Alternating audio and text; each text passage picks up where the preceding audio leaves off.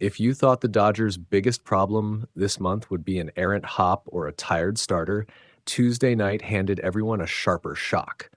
The bullpen, the unit they spent serious money to fortify, is not a safety net. It's a leak. And with the playoffs a week away, leaks become tidal. They went into spring training calling LA a super team for a reason.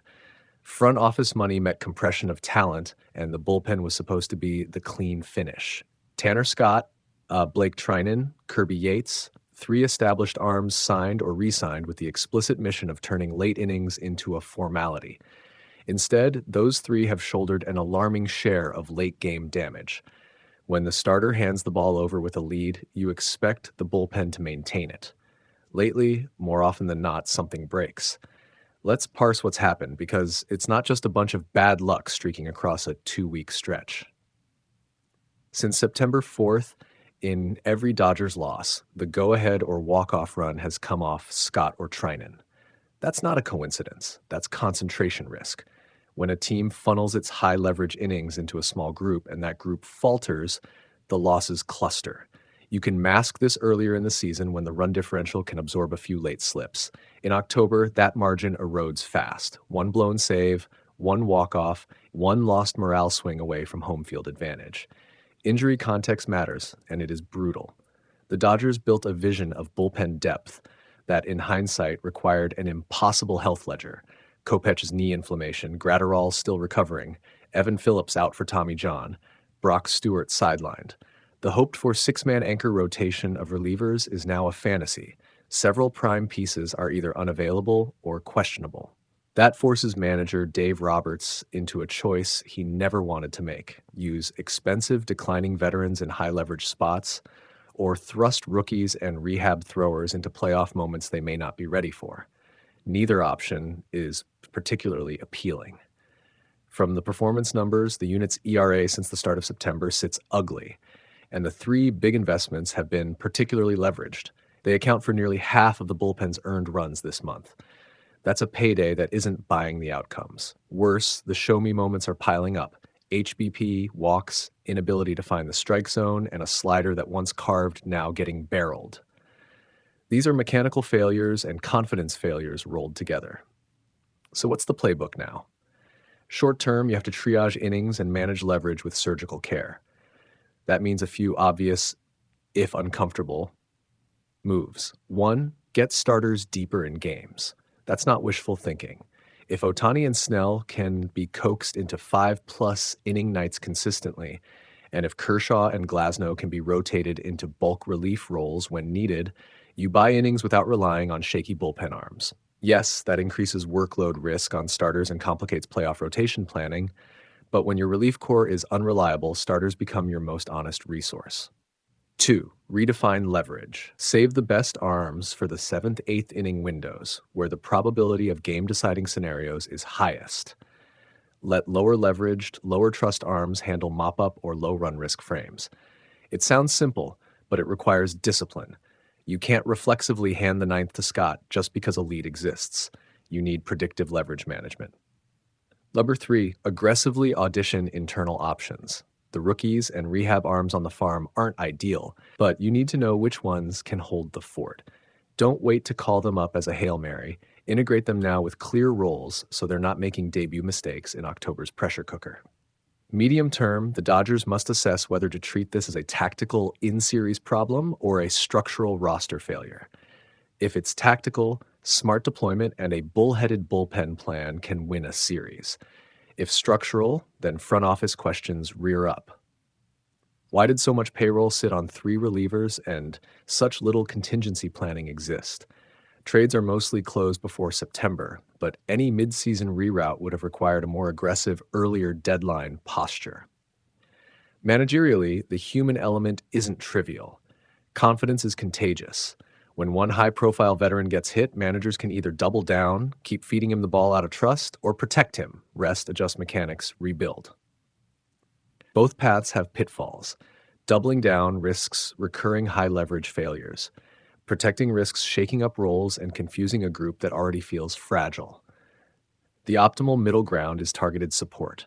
mechanics checks, pitch scope adjustments, and clearly articulated finite usage plans so pitchers can rebuild without moral panic. There's also the wild card of narrative pressure. Analysts love storylines. The Dodgers bought the pen, so the pen must deliver. Now the storyline flips. High-dollar bullpen headaches. In playoff series, momentum is a currency almost as precious as run differential. A single blown game where a reliever walks the bases loaded and loses the lead becomes a multi-day psychological drag. The Dodgers must compartmentalize, force the focus back to execution and ignore the external chatter. But that's easier said than done in a market that lives on headlines. What about the strategy of using starters in relief? Roberts has already telegraphed that Kershaw and Sheehan could be leaned on more in October, and that's pragmatic. In postseason do-or-die contexts, managers often deploy starters in relief or shorten rotations to maximize high-leverage arms availability.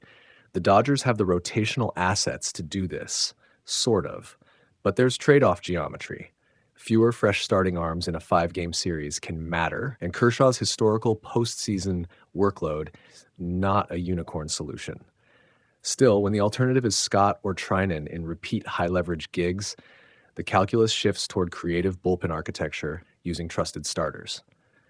Finally, the psychological and fan angles. This isn't just a numbers problem on a spreadsheet, it's an emotional problem in a clubhouse with World Series expectations. Players feel it, coaches feel it, fans feel it. The Dodgers must convert this anxiety into actionable rituals. Pre-game pitching plans, guarded public statements protecting arms, and a quiet surgical game plan that removes guesswork. Let the public panic, but the internal message must be a single, focused narrative. We'll fix the next inning. That focus can steady a room. Here's the real, blunt last line. Championships are won on tiny margins, a strike, a throw, a pitch sequence. When your bullpen becomes a recurring negative margin, you can paper over it for a week or two. Come October, you don't get that luxury. The Dodgers have the rotation and the talent to hedge, but talent plus injuries plus bad timing equals drama. The question isn't whether this bullpen can be saved. The question is how far the team will go to save it, and whether that plan will survive the postseason's unkind microscope. If you want a simple, visceral image for what's happening, imagine a perfectly assembled clock with one key gear slipping. The face still tells the right time sometimes, but the rhythm is off. Fix the gear, fix the clock. Right now, the Dodgers are scrambling for the right replacement, and they have 1 week to install it. The Dodgers spent the offseason trying to buy a postseason edge, then watched the very arms they paid for turn into a recurring problem just as October closes in. Tanner Scott, Blake Treinen, and Kirby Yates were meant to be the new backbone of a relief corps that had long been a strength for Los Angeles. Instead, those three have accounted for a disproportionate share of late-game damage, turning saves and late leads into nail-biting finishes. Since September 4th, every Dodgers loss has been charged to either Scott or Treinen. That stat isn't just ugly, it's a glaring pattern that exposes how fragile LA's margin for error has become. The issues run deeper than a few bad nights.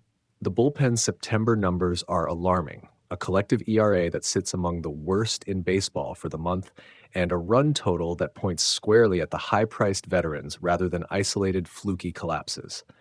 Worse, the depth that should step in when the closer or setup man falters is paper thin.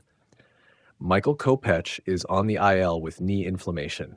Brusdar Graterol hasn't pitched all season after shoulder surgery. Evan Phillips is out following Tommy John. Brock Stewart has been sidelined with shoulder trouble. That list reads like a who's who of the Dodgers' planned peacetime bullpen, and none of them are reliably available right now.